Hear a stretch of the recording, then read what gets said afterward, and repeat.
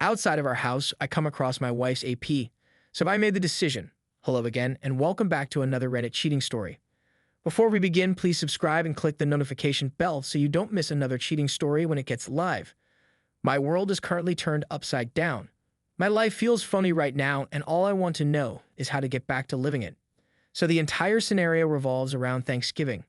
In my house, Thanksgiving is one of the few times a year when I can unwind and enjoy a drink. So I got buzzed, but my wife got wasted. I was washing the dishes near the end of our dinner when my wife stumbled into the kitchen. She was a weeping mess, and I asked her what was wrong. She slurred her words so terribly I could only comprehend, "I'm sorry." I escorted her to her bedroom, retrieved a glass of water for her, and placed her on the bed. That was the day I began to wonder what was wrong with her. Then, in early December, I had to leave RK early due to a terrible fall. When I arrived, I was taken aback by the presence of another automobile in my driveway. This wasn't a recognizable automobile either. It was a 03 Dodge Durango, which I hadn't seen since one of my friends smashed it at a house party in 2005. Anyway, I stepped in and my wife was sitting on the couch with a glass of wine in her hand, and when I walked in, she gave me a big hug. When I inquired about the automobile in the driveway, she stated that it belonged to a girlfriend. When I questioned where her girlfriend was, she replied she was having a shower after spilling wine on herself. I didn't believe this story. I just had a strong feeling she was lying to me. So I inquired once more, and she told me the same story. At that very time, a thought occurred to me. I already know, that's why I came home early. I remarked as I sat down. My friends and I stopped playing poker because I had an Oscar-worthy poker face, and that factored into this as well. "'Kay, now what?" she exclaimed, terrified. I informed her that I already knew and that she deserved to tell me. I don't think she could have done it if she hadn't previously been drinking. She began apologizing and telling me that she wasn't being her true self and that she needed to be more open and honest with herself. The woman she had been seeing strolled out of the bathroom on cue.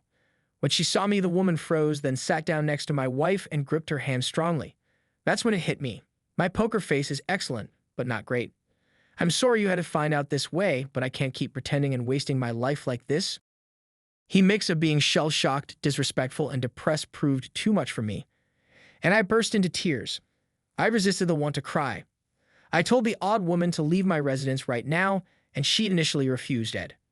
I'm not an aggressive or frightening person, but I hurled my coffee table across the living room near my dining table.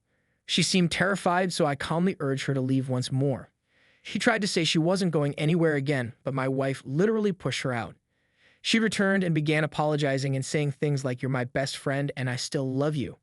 The pain of falling down a ladder on a tile and picking up a stone coffee table had taken its toll on my back by this point. I knelt on my ottoman and crumpled down. My wife came over to soothe me, but when she touched me, I flipped out and she went to the bedroom. I slept on the ottoman right there. The rest of December was a nightmare. I seriously injured my back and had to see a doctor. I was given some severe pain relievers as well as a cane. Because the medications had drowsiness as a side effect, I felt sleepy most of the time. Because I couldn't work due to my back, I spent the month grieving at the end of my marriage and my severe back pain, in addition to viewing Stargate SG-1. I didn't eat much and only ate crackers once in a while, yet I lost over 13 pounds in 2 weeks. My wife spent most of December at her girlfriend's house, but she came over for Christmas. She and her girlfriend came over and my wife sobbed a little when she saw my filthy clothes, caveman beard, and bulging eyes.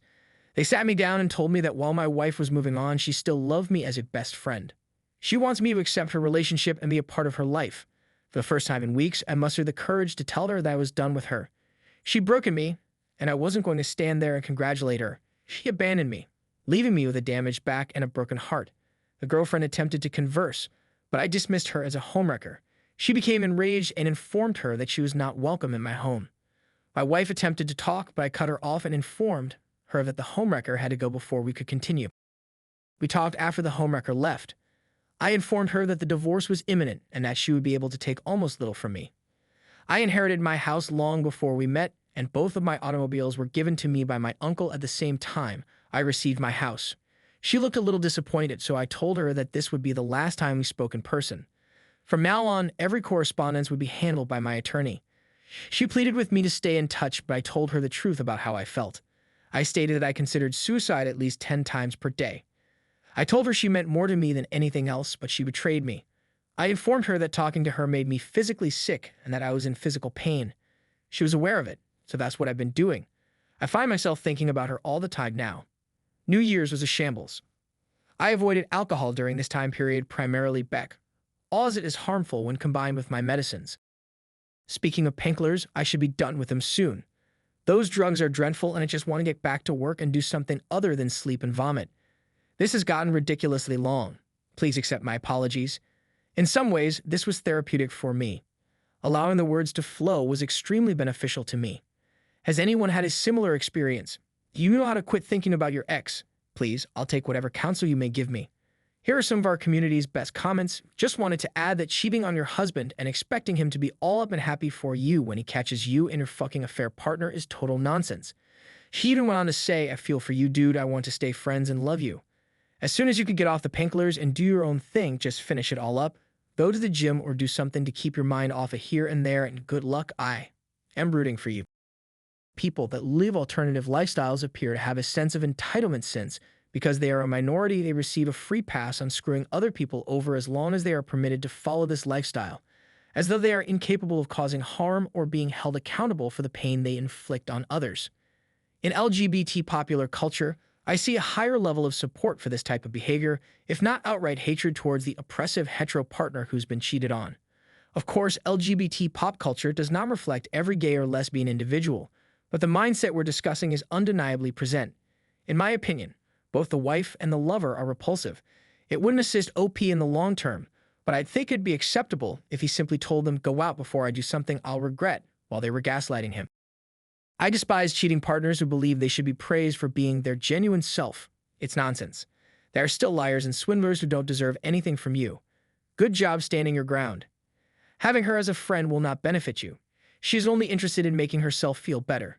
Assuming you don't have any children, avoid any contact until the papers are signed, and then limit it to the bare minimum. You have a close friend or family member that can spend time with you. You shouldn't be on your own. Stargate SG-1 is also fantastic. It's straightforward. Someone who loves you will not cheat, deceive, gaslight, or sneak about. Never harm yourself because of a scumbag cheater. You'd be dead, but she'd still be asleep and living her life. It's not worth it. Continue on and pretend she never existed in order to meet a genuine female who is not a cheap, belong-on-the-streets type of person. My husband went through a very difficult divorce and he was also caught off guard. Use things to assist him remain awake and work longer hours in order to provide her with tea he liked she desired. She was engaged to another man 4 months after she left him. He was a heavy drinker. He was broken by her. And sometime along the way, he began going to the gym and concentrating on himself. He would make a point of going places alone so he wouldn't be alone at home. I entered the picture a year and a half after their divorce was finalized. And I'm sorry she wounded him so terribly, but I'm grateful every day that we're together. He is my entire universe and more. It is now exceedingly difficult, but I can assure you of that. Don't put too much pressure on oneself to be fixed in a single day. Day by day, begin with the tiniest things, the simplest steps you can do, and you will notice that the most difficult steps will become undemanding. I'm sorry you're having to go through this, and I wish I could hug you.